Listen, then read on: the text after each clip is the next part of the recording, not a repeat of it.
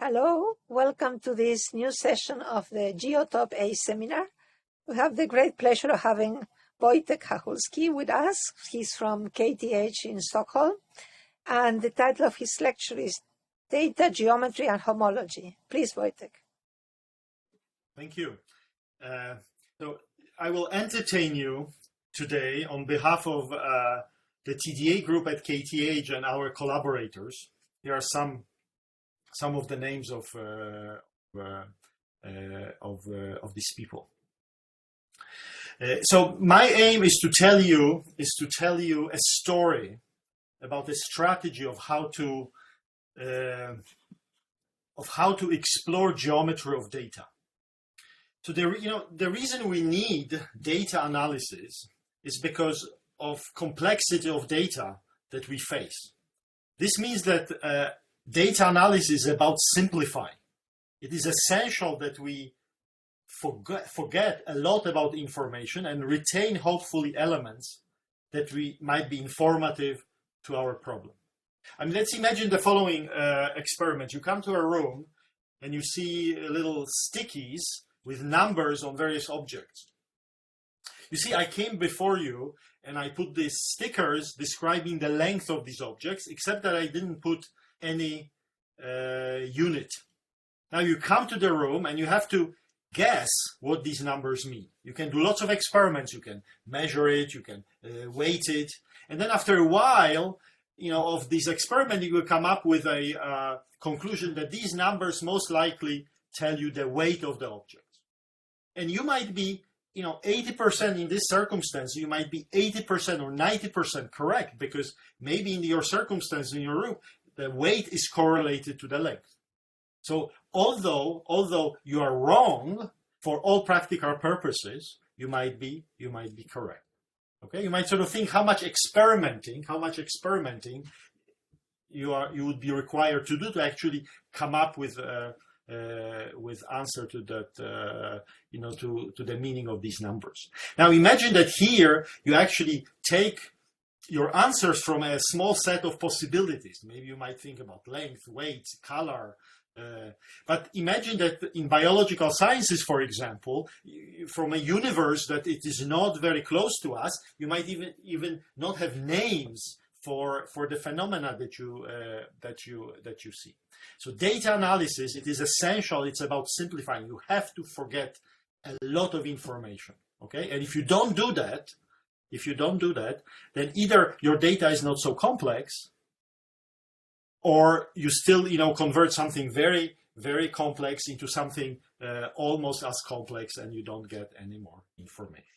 Okay. So, for example, consider something called high-C contact map.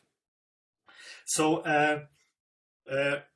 you see, when you look at the DNA strand and you make it flat, this is almost 2 meters long. So let's divide this strand into around 1 megabase. 1 megabase. I'm looking for the name. Segments. Okay, but when when this strand is embedded into a chromosome, it is very tightly embedded. So you might want to understand the geometry of this embedding. So there is this high-C technology. What it does, it binds the segments which are close to each other. Then you cut the strand, and then you count number of connections between different segments. So the result is a matrix of the size, symmetric matrix of the size 3,274 times 3,274.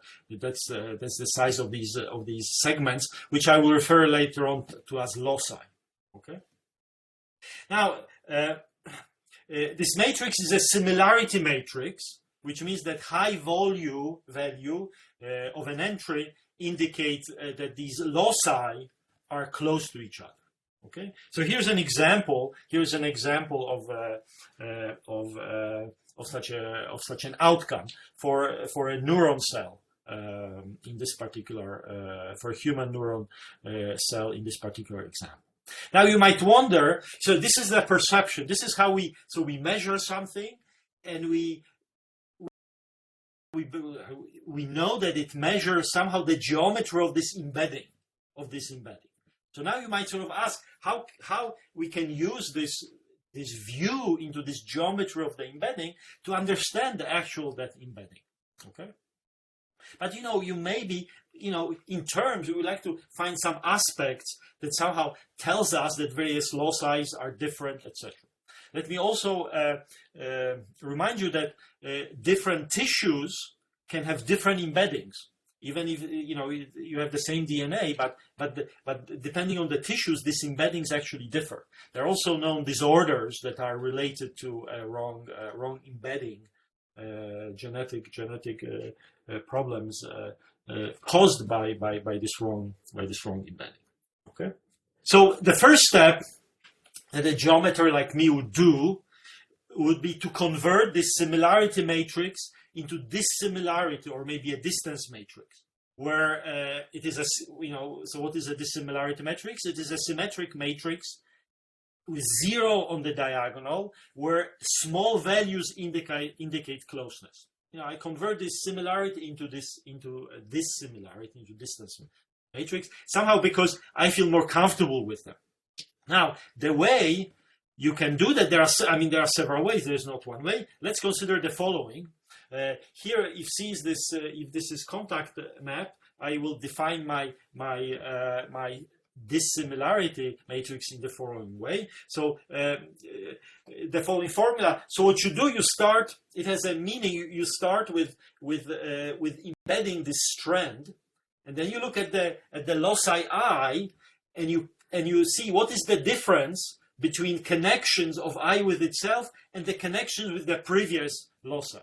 Okay, that's one possible way of converting similarity into dissimilarity matrix. Okay, so now so it tells you some sort of proximity of loci, this dissimilarity matrix. So how would you actually visualize a dissimilarity matrix of size 3,700? 3,700 something elements. Okay, so TDA pipeline is one possible way of understanding these such distances. Okay, so so in TDA pipeline you start with a distance. Now the first step you do in TDA pipeline is to convert that distance into a spatial information, and one of my favorite construction is Vietoris-Rips construction, which convert distances into a time series of simplicial complexes. Now I don't want to get into details, although those, but you might wonder, what is the purpose of that step? So first of all, the Vietoris-Rips construction doesn't forget or embeds any information. If you know Vietoris-Rips time series, you can recover the distance. If you know the distance, you can construct this Vietoris-Rips. So it doesn't forget or adds information, which means that it is not a simplification. It is not what data analysis is about. Okay, it's as complex as the original data, but it has one. So you might wonder, why do we do that? So it has one crucial property. So imagine that I have two distances on a set X and Y, and I have some process that converts input X into output of Y. It could be, imagine, chemical reaction. You put some the only thing you observe, you put the input, and then you look at the output, and you perform one such experiment, and you get this function F that transports the input X into output Y. And you have another, you perform the same experiment and you do another measurement, G. Okay. Now, not every time you get exactly the same measurements. There are various factors that affect your experiment. So let's say, but typically you can assume that maybe these experiments are very close to each other. You know, these distances between these two functions are bounded. Okay, f is not equal to g. F is equal to g up to an error.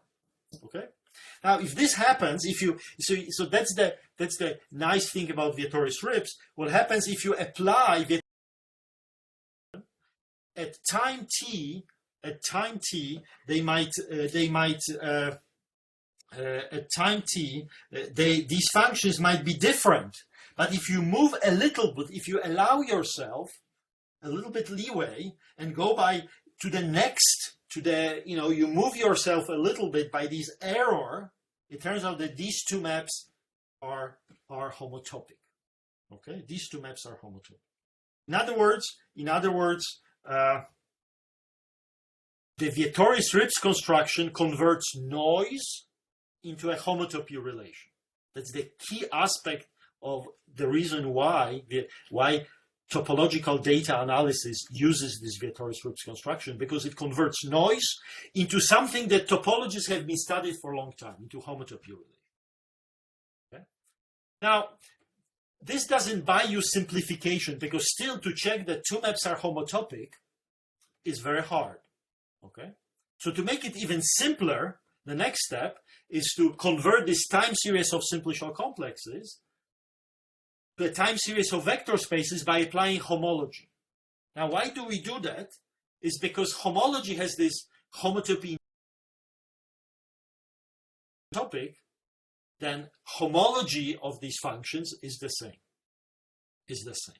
So in other words, through this process, through those two steps, we convert noise using Vietoris-Rips construction into homotopy relation, and then applying homology into equality.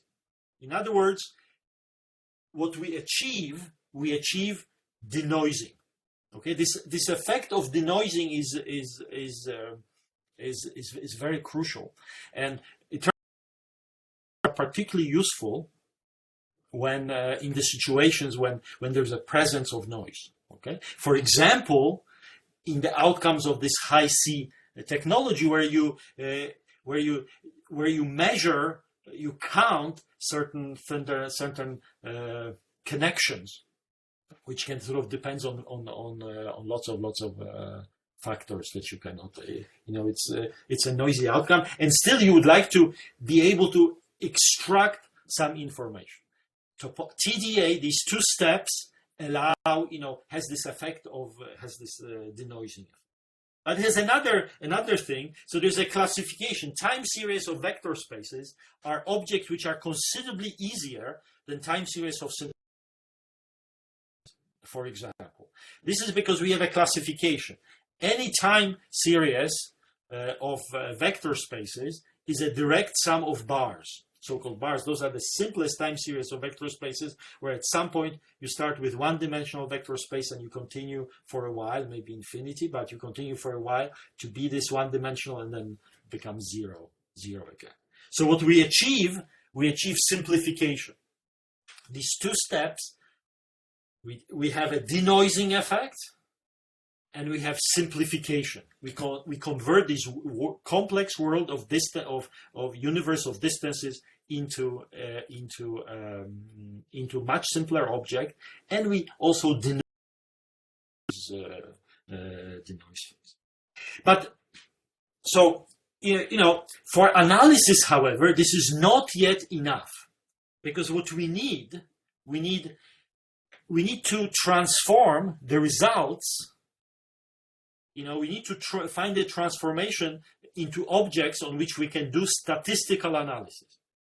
If you look at the time series of vector spaces, this is very difficult to do. We don't know how to do average. If I give you, two time series of vector spaces, ask you what is the average between them, or I give you a family or an event consisting of time series of vector spaces, it will be very difficult. It is impossible to say what is the average time series.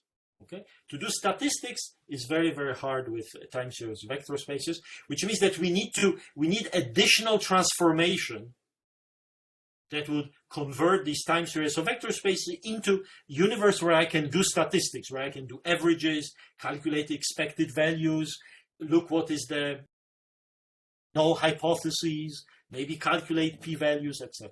Okay, that's absolutely essential for topological data. So how are we going to do this? How are we going to extract, statistically viable information from this time series of vector space? So we will do it through the hierarchical stabilization process. Okay. So imagine you find yourself in an unknown universe, maybe universe of biological micro world or somewhere else. So you find yourself in this universe. Okay. Objects on this universe are, that's where you find yourself, and you are just alone. This is the first time you are there. So what is it that you do? The first thing you do, that you start maybe counting. You start looking at the objects. You start assign some simple counts. So let's say assume that we have some function, okay, that assigns to elements of your universe, to object that you found yourself, some numbers. Okay. So that's the first thing you do. What is the second thing you do when you find yourself in this unknown universe? The second thing you might do is to start measuring things. Okay, maybe come up with a unit and start measuring things. So what you need, start comparing things in your, choose a distance. Okay. Now, so choosing a numerical invariant, very simple. Often this R would be very simple invariant. Just some numbers, some simple numbers, simple counting numbers. And a distance, this already allows you to do statistics. Okay? And how can you do this? Here is, you convert that information into a new function, a function that transforms T, no longer in natural numbers, but in something in a space which is much more interesting, into a space of functions. Real to real functions. Okay? And here's the definition. Maybe it's better to look at this picture. What this definition tells you that this object, you have x, you transform it to a function, so you have to tell you what is its value. So you look at this object, you use the choice of the distance to look at the disk around x with that radius, and you minimize that function r on that disk. You minimize R over disks, and you see how this minimization changes when T changes, when you enlarge your disks. Okay? So now, so you convert this counting invariant together with a distance into this function that map T into a much more interesting space. Okay, into much more interesting space.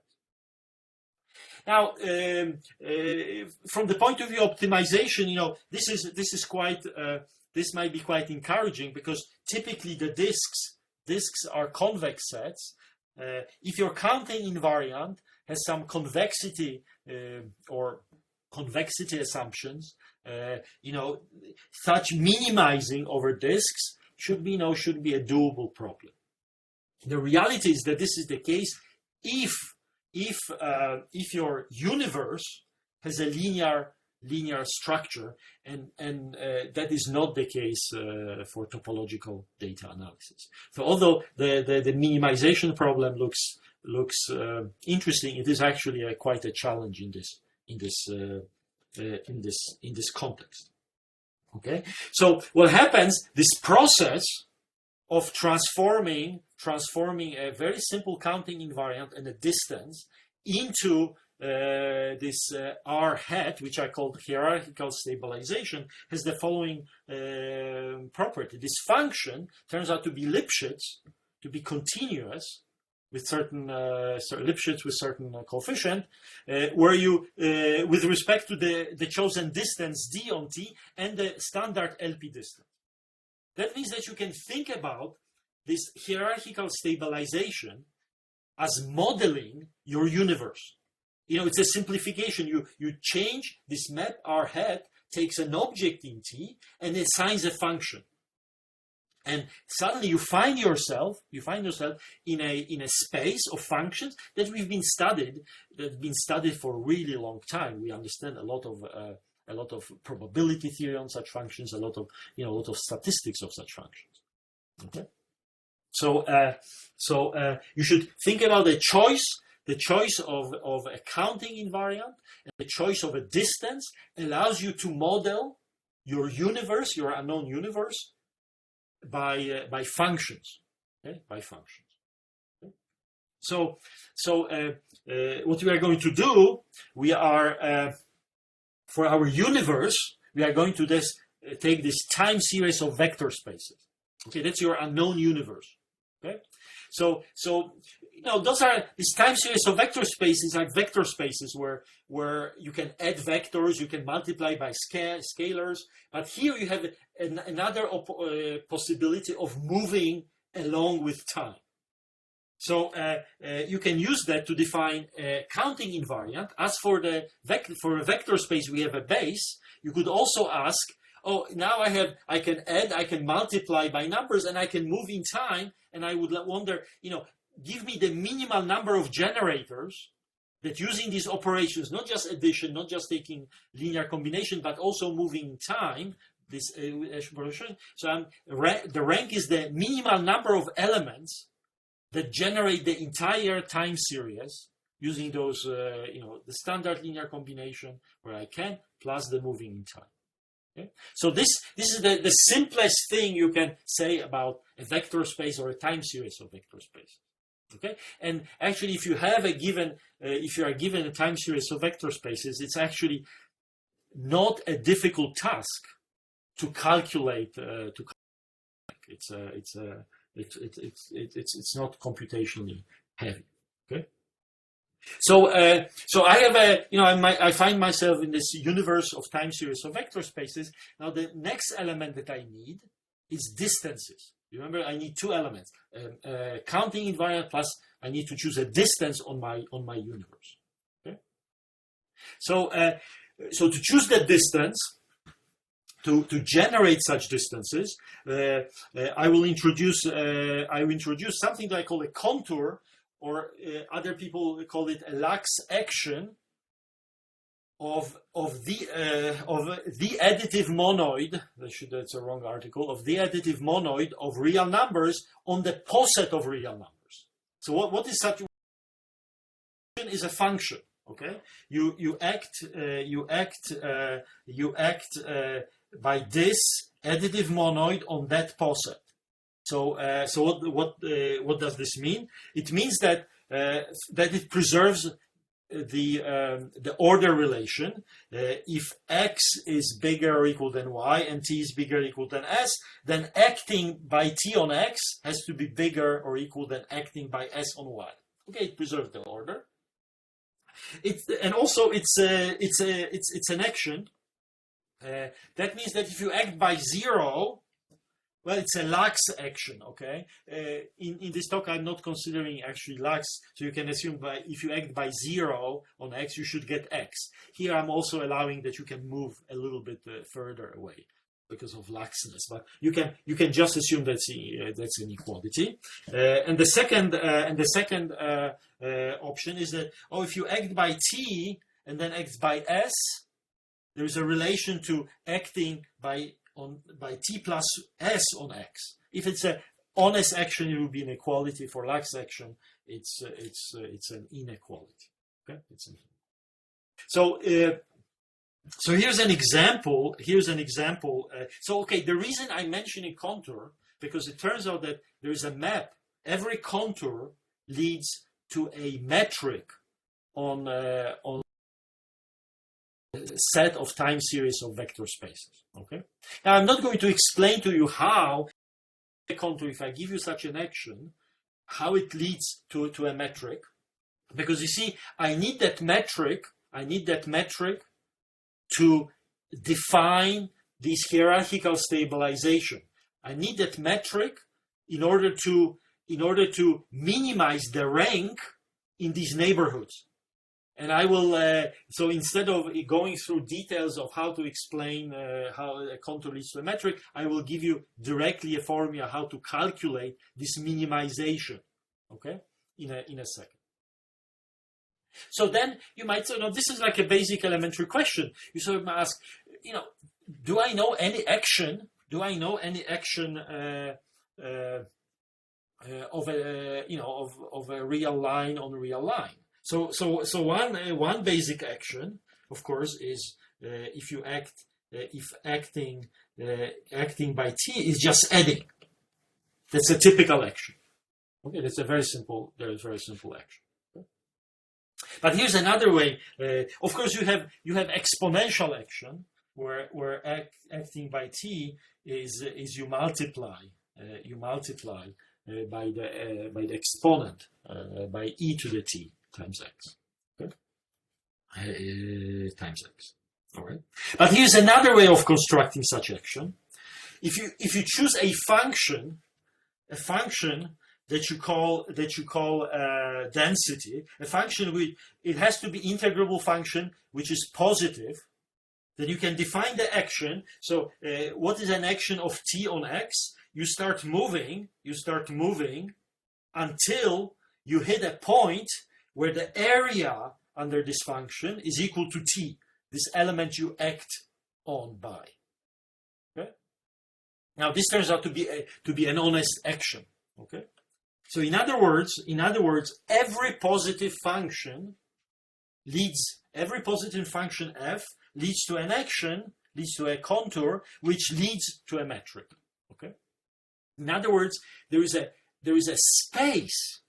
space of interesting metrics on this time series of vector spaces. There is a space that includes a very rich space of functions, okay, of positive value functions. Okay? All right. So you could sort of imagine that depending on your problem, you might choose different metric. Okay, you find yourself in an unknown universe, and remember, we use this time series of vector spaces to model our experiments.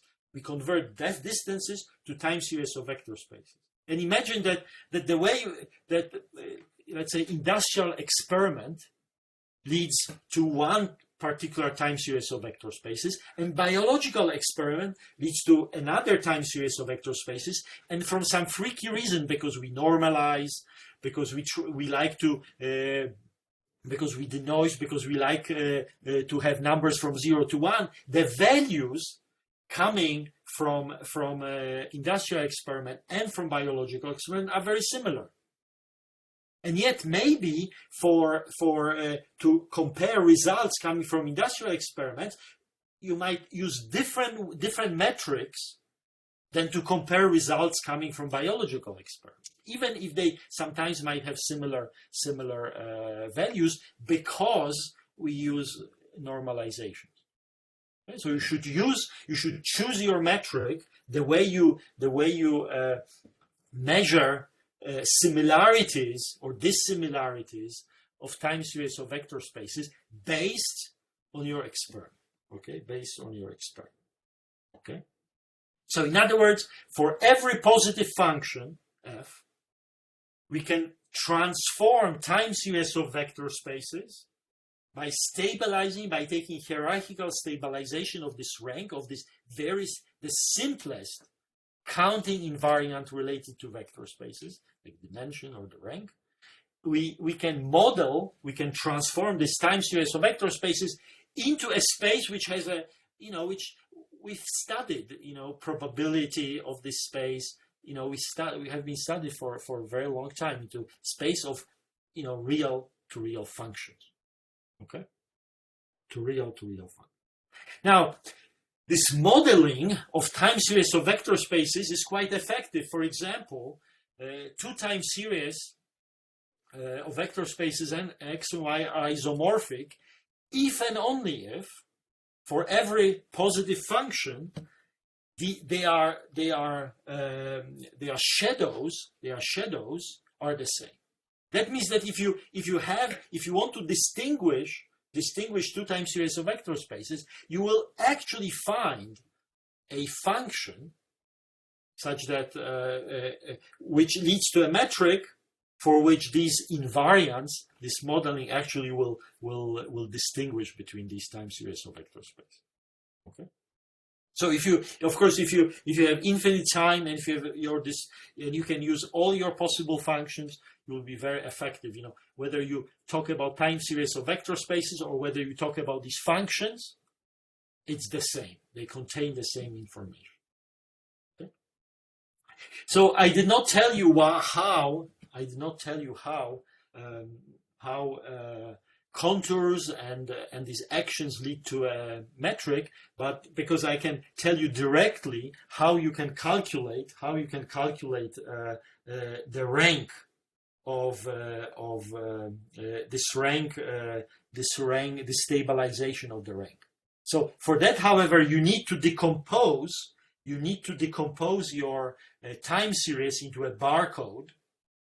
And then what happens is this stabilization at time t is certain bar count. Okay, it's number of bars such that that integral is strictly bigger than t. Okay, strictly bigger than t. So you know you can avoid describing this metric. You might sort of can calculate this invariant directly. But, of course, I could define you this invariant right away, but you would not have this story behind this. The fact that we actually, try to understand this universe of time series of vector spaces by these minimizing over these growing disks and having for free, for example, stability. Okay. All right, so let me. So remember that was the TDA pipeline. We start distances, we convert them into time series of simplicial complexes because it converts noise to homotopy relation. Then I use homology because homotopy relation is converted into equalities, and now I can choose a positive function. But because now I have to, I'm still finding, I achieve simplification, I achieve denoising, but I do not achieve ability of doing statistics. So to do that, the next step is to choose a positive function and to model, to model these time series of vector spaces by these stabilization of the simplest invariant called the rank. Okay. And this process I call homological modeling. Okay, homological modeling. You transform distances into functions. Okay, distances into functions. Now, this process, what we achieved is we achieved simplification. We definitely end up in a world that is much more simpler than the original one, the world that we actually feel very familiar with. Okay. We achieved denoising because the first two steps already achieved this, and also we achieve ability to do statistics. Okay, ability to do statistics.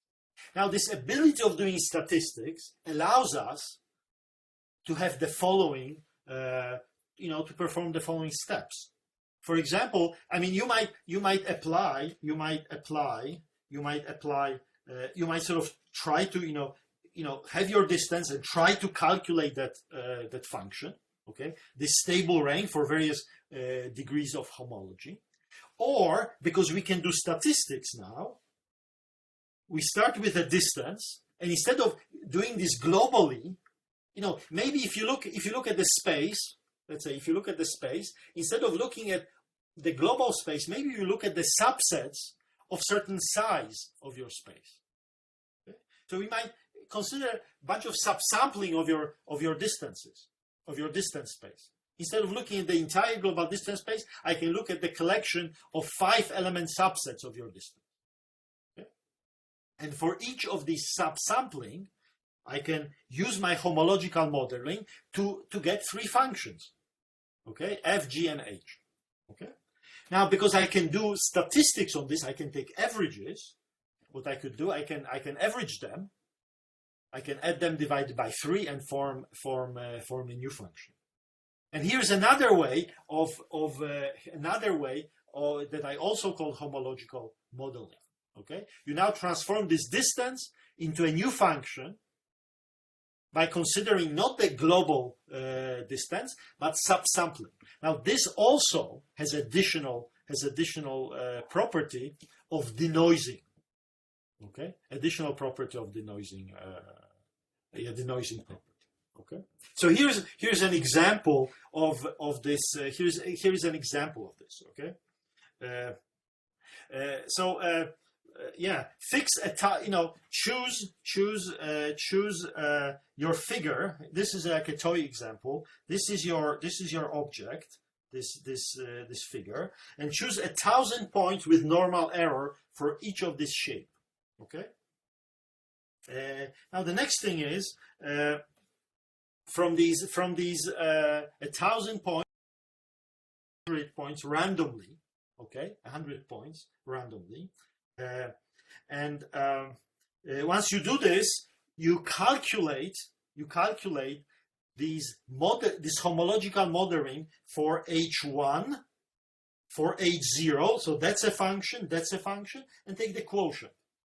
Okay, so this is a new function.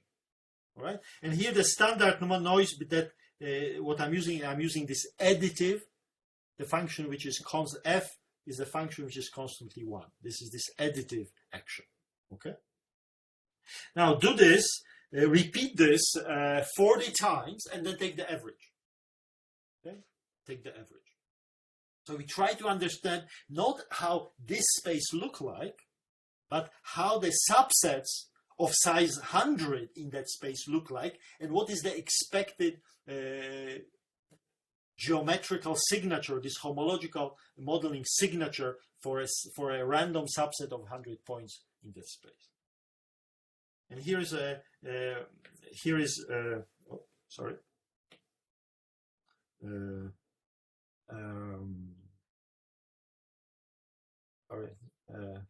and here is the way it looks on the you see changing figures, and on the right you see the signal, the modeling of whatever you see on the left. Of course, it's a simplification. You convert some complex information into something much simpler. Okay, much simpler, but maybe still informative. Okay, maybe still informative for your purposes. Okay. Now let's look at another way of using ability of doing statistics. So assume that here's your data. Here's your data. It's a distance on these point cloud. Okay. So you choose one point. And you might look at its neighborhood. You might look at its neighborhood with some radius. Okay. And when you look at this neighborhood, now you can use your homological modeling to assign that to that point the geometry of its neighborhood. Okay, the geometry of its neighborhood.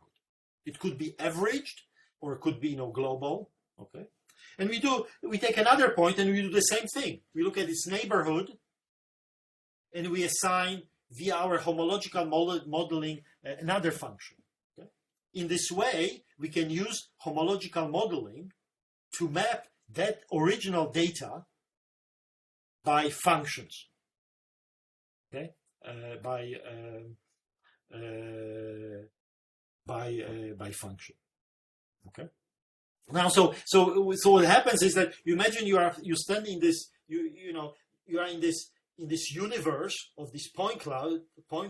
So you stay in your point and you see, what is the geometry of my neighborhood? Okay? And to that neighborhood you assign some function. Okay, via this homological modeling simplification. Okay, that's just a tiny bit of information that somehow describes what you see around. But maybe you might do another thing. Maybe you stay in that point and you look. You are not interested in your nearest neighbor. You are interested in the sort of annulus a little bit further away. something that you see on the horizon. And you wonder, what is the geometry of that annulus? Okay, what you see on the horizon. And, you know, again, you can either global or this average, and you just look at, encode the information about that point by a function that described by this homological modeling function that describes that annulus. It's a little speck of information describing that annulus. And you do the same with another point. You look, you know, how does this annulus, how does this horizon looks like for this other point? And you again use homological modeling to extract some piece of information from that neighborhood. Okay. And in this case, you get another map of your data into space of functions. Now, it doesn't, we might, on the other hand, we might take a point and we might look at both of these neighborhoods. You might be interested in like what's happening in your near neighborhood and in your around neighborhood. Okay. You will model your point in your data by two functions. Okay, and you do the same with another point. In this case, you model your data by pairs of functions, by the space of functions square. And you can explore this way. You explore geometry of how points are embedded in your space. Okay, so. You can so in other words, so you get these functions, okay, but you can use it further. This exploration you can use further for example, for dimensionality reduction. So let's assume that we modeled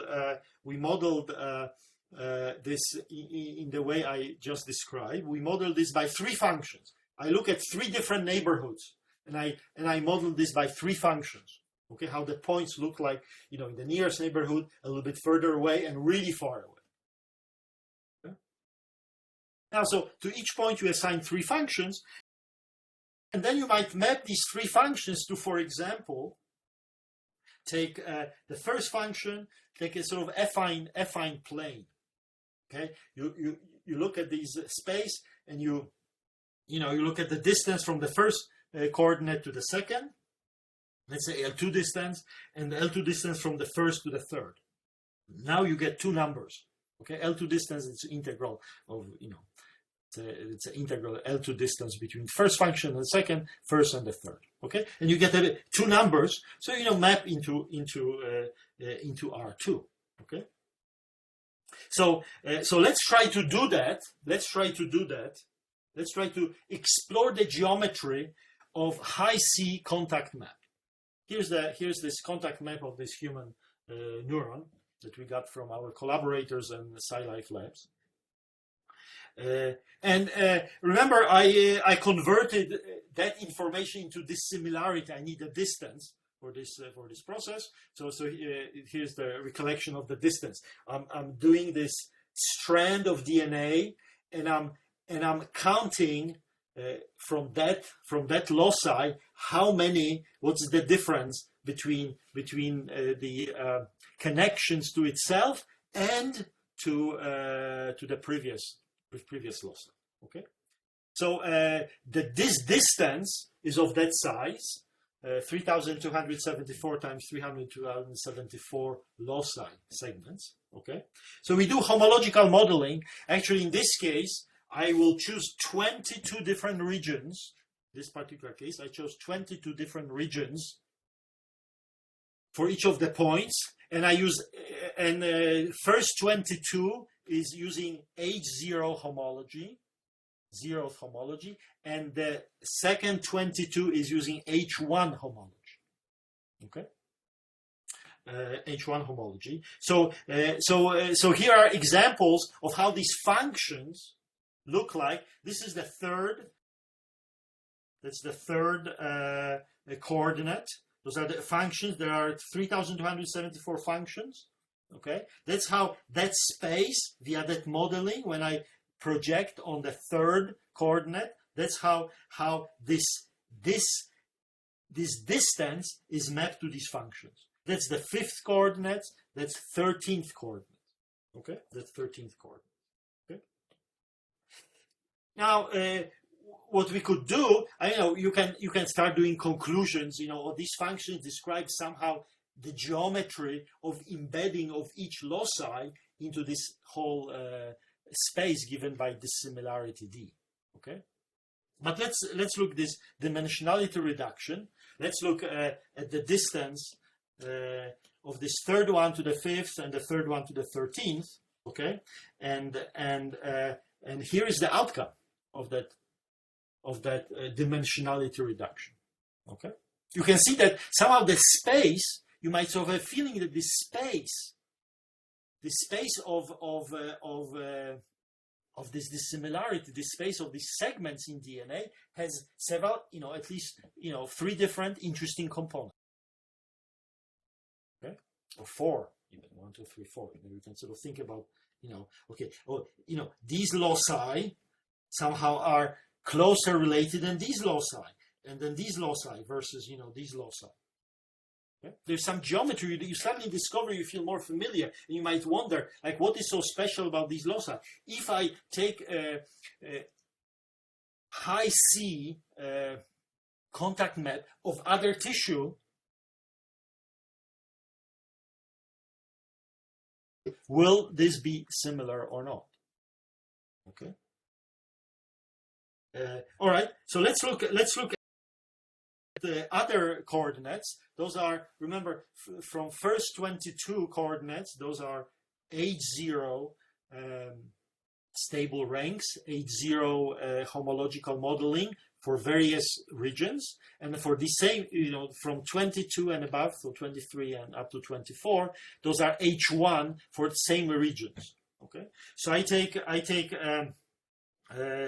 the same. Those are the same regions. Those are the same regions that I've used before, except those are the signatures. Those are the homological modeling of in degree 1 for H1. Okay, that's how these functions look like. And then you might sort of see, okay, let's find dimensionality reduction.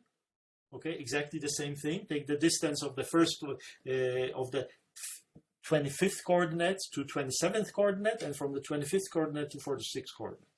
And here is the picture.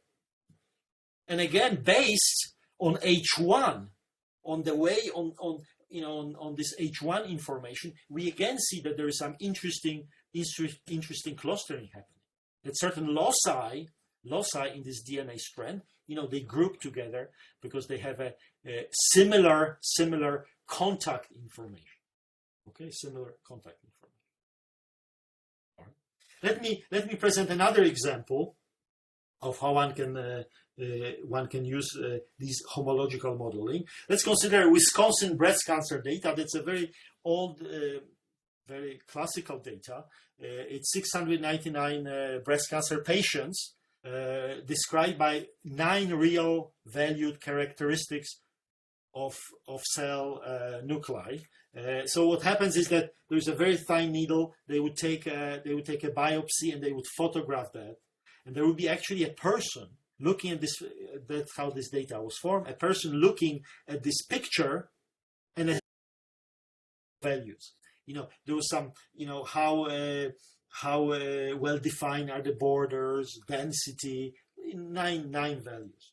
Okay, and based on these. The idea was, can we, based on this picture, can we decide whether the tumor was benign or malignant? Okay, so standard methods, you can use machine learning, you can use k-nearest neighbors, other methods. You get around 86% accuracy, which is slightly above what these practitioners at that time were good at. Okay, around 86% accuracy. But what does this geometry exploration can give you? Okay, so it turns out that so I'm not describing which regions I'm taking, but if you look at H0, it turns out that this space. So for you look at this space of these 9 measurements, and you look how these space, each measurement is embedded into this space.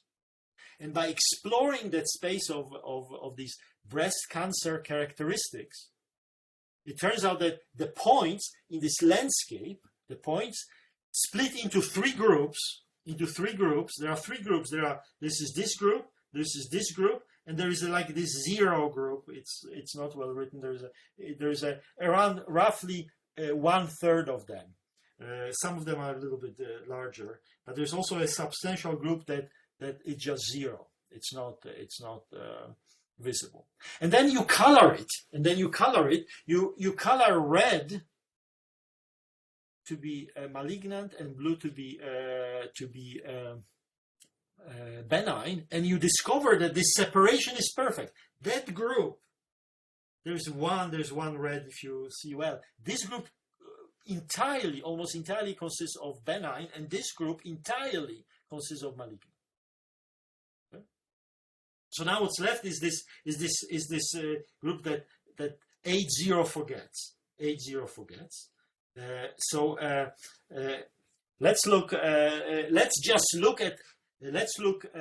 look at H1 modeling of just that those patients that 8-0 forgets. And you draw, and you'll sort of see that there are also three groups actually. There's this group, there's that group, and there is something that you cannot decide because there are zero. H1 also doesn't distinguish. And then it turns out is that color, sorry, and then you color.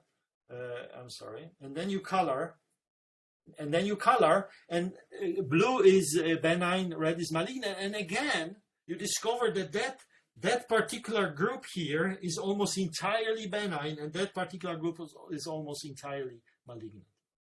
And the rest of it turns out to be around 13%. So you get roughly similar accuracy, the geometry. But at the same time, you discover that these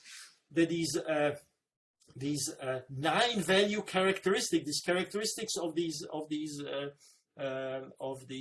breast cancer patients, naturally splits into 2 groups. There are benign and malignant split naturally into groups, and it would be interesting. We didn't get information about this. It would be interesting to see some clinical information about these patients. Why do they split in so? So you don't get better accuracy, but what you get, you can explore the geometry, and this geometry can be quite informative about your data. And I think this is it. Thank you for your attention. Oh, let me clap for everybody. Thank you for this very passionate lecture. I want to know more. So do we have any questions for Wojciech? Just speak up. I have a fair standard question, if I may. Yes, please.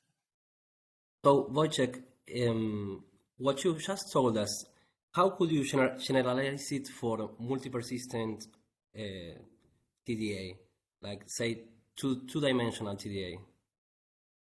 Because you based the first exposition on the barcode decomposition. Right. So far, I mean, remember, I've been very careful. I only it was at only one point that I mentioned this bar decomposition. You see,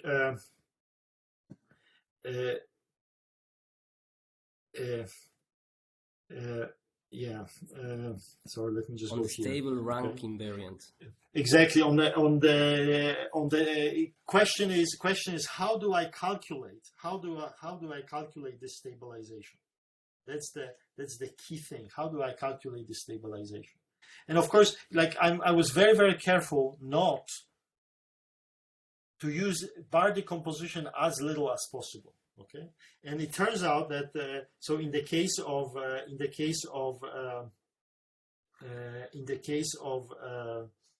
one persistence, destabilization, this stabilization can be written in the terms of bar decomposition. Okay? Now, for two persistence, I mean, everything what I told you, it works well, except that that I do not know how to calculate these functions. Now, to calculate them exactly, it is an NP-hard problem. But you see, I define this stabilization. You see, another thing, I define that stabilization as it was defined, the stabilization, as certain, minimizing problem. So how would you minimize this? How would you minimize? Sorry, I should have. How would you minimize this? One aspect could be the following: if you are able to randomly choose a point from that neighborhood, you can do. Let me take a random point, calculate its rank, which is a fast calculation. Take another point, calculate the rank. Take another point, calculate the rank. Make it, do it for a long time, and then after a while, said, "Oh, I'm satisfied with the minimum I found." Okay? For several purposes, that would be good enough. The thing is that I do not know how to randomly sample, how to randomly sample the time series of vectors or two-parameter time series of vector space. But what we've done experiment with, you see, remember that this whole procedure is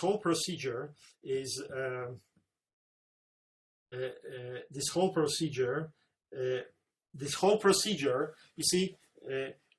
I want to calculate this stable rank, but I could try to stabilize.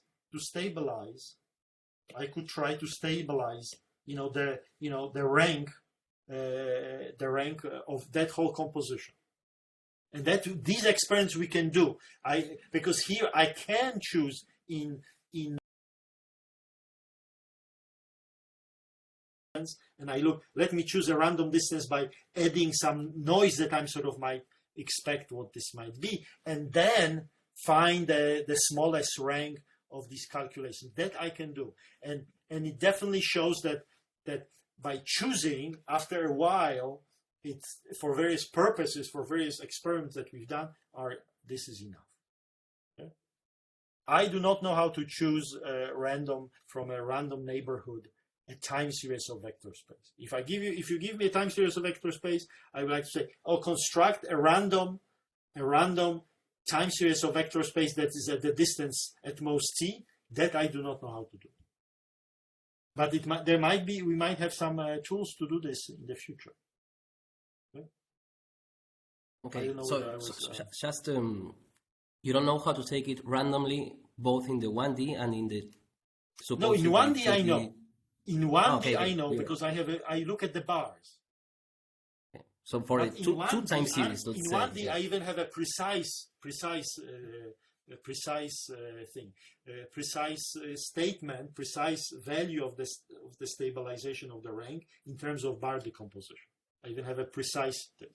But because I have a barcodes, because this is a space of, this is barcodes.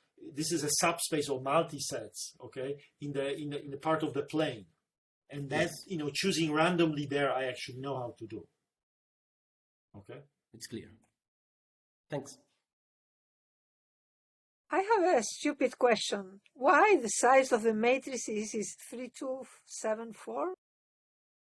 3000? That was I don't know. That's the data we were given. Okay. So this high C that we get, this high C was of that size. So each of them was around, as I say, 1 mega bases. Okay, 1 mega bases. You look at this trend. So those are not genes, right? Genes can be short or long. This is, you just look at these segments of the same size. Okay, size around 1 mega base. Okay. You didn't make a choice. This was given to you. Yes, no. I gave you a Wikipedia thing about high C contact map. I'm a mathematician. The thing that I was given, I'm giving this matrix, a contact C map, and they say and they of course they explain to me, tell me what it means geometrically, etc. And so there was a natural question to try to explore the geometry. I see. Thank you. Okay, do we have any other question? Hi, Wojciech. Hi, everyone. Very nice talk, Wojciech and Claudia.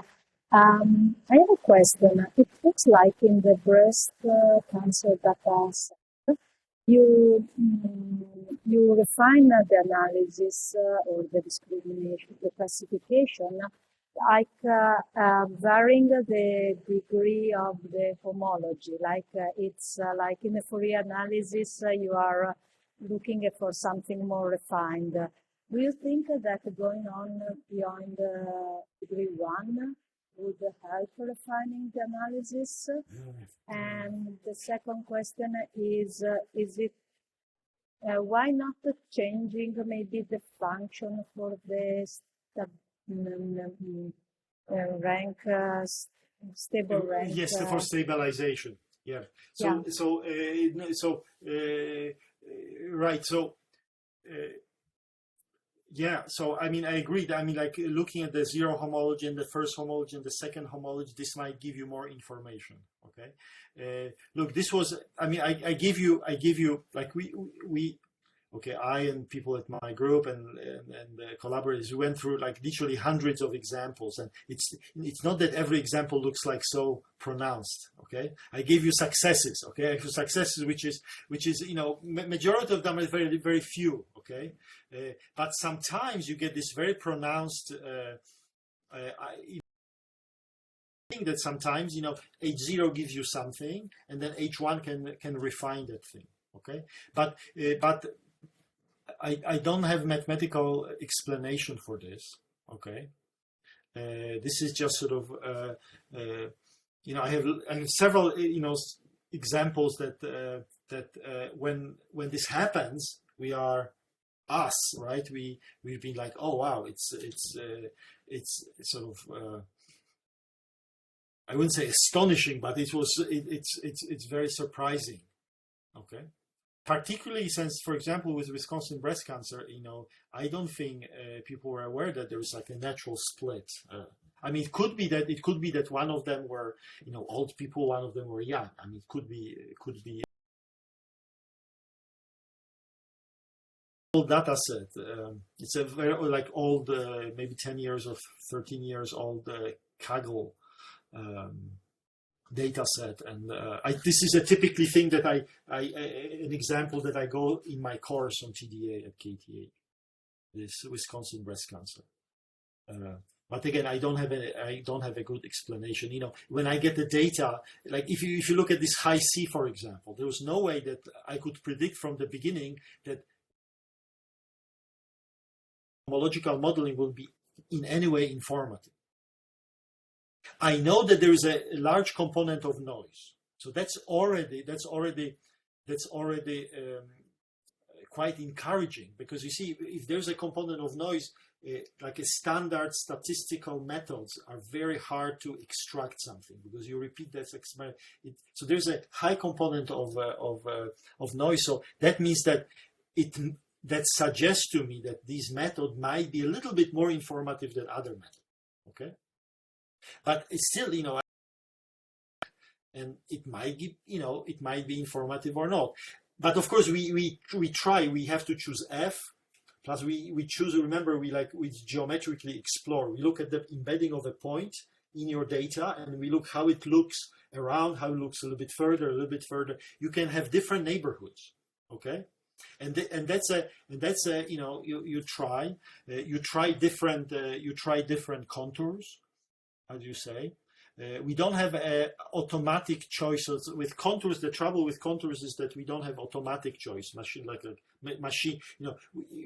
What we right now, what we do, I would sort of run 1,000 different functions and choose the one that gives you some more interesting results. Okay, that's the current way we do this thing. Okay. But it's actually interesting. This thing is really cool to do it also, for example, on MNIST data. You see, when you look at the MNIST data, it is not about, you see, when someone, so this is a typical student's approach, right? I give my students, you might sort of look at the MNIST data, and they would take a number 6 or number 8, and they say, I will look at the geometry of this number 8. It has 2 holes. but that's not the way we understand that thing, right? It's about the space of all the numbers. You know, I write 8 in different way than someone else, and still I know that there are certain limits. You know, how badly I can write my 8 and still be, informative. That 8 is 8 actually. Okay, so this is the relation. This is the space of these numbers. And one can then explore, one can take a number and explore that space, how it looks, right? And it's actually very interesting. And you can sort of get get another view of it's not the individual, it's about this relationship. You know, when the 8 becomes 6? When is the border that, what is the neighborhood of 6 and what is the neighborhood of 8? Exploring basis, and I believe these TDA invariants actually can be quite informative for that purpose. It's a long answer. Sorry. Okay. Thank you. Okay, we thank you very, very much for this very nice talk.